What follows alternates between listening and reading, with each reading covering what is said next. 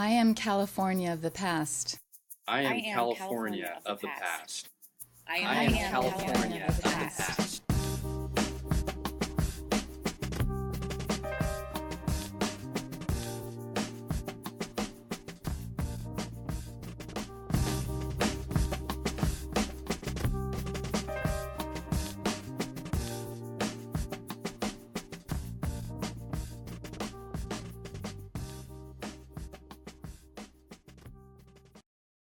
Hello, I'm Bruce Roberts, and I'm here to tell you about the wonderful influence the Hayward Library has had on my family, especially my older sister and myself.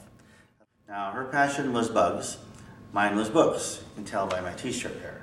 There are never enough books, said John Steinbeck, California's only Nobel Prize winner. Anyway, in the summer, we lived on A Street across from where the Bank of America is, so it was an easy walk down here, and we would haunt the place in the summer. And the librarians set up kind of a contest. Above the bookshelves on the wall, they would section it off so there was a week for every week in the summer, a section for every week in the summer. And we were to read a book a week and then move up our marker. Mine was a rocket ship, as I remember. This was great. I loved it. I would go home with an armload of books, read them that night, and come back the next day. And since I was too short to reach my rocket ship, I'd have to annoy the librarians. And I'd say, "Please, could you move my rocket ship for me?" And they said, "Certainly," and they'd move it up 1 square. And I'd say, "No, I've read 5 books. You have to move it up 5 squares." And they would sit and patiently explain the rules to me, which I didn't like. I think we reached a compromise where I could add a tail to my rocket ship and put stars on it for all the books I read. That was good. But again, like my sister, this developed a lifelong passion. I got a BA in English from Cal State and a master's degree from UC Santa Barbara, and I spent 35 years teaching English in the Union City schools just south of here, from which I just retired in June. So again, we would like to extend our thanks to the people, the wonderful people of the Hayward Public Library for encouraging these passions in our lives that have been so successful. Now, I'm also a part-time writer, maybe full-time now that I'm retired, and I would like to close by reading to you a poem from a series of poems on Hayward that I have, and the title, oddly enough, is Hayward Public Library.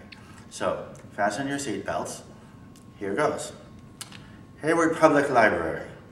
Cold steel door handles startle my senses.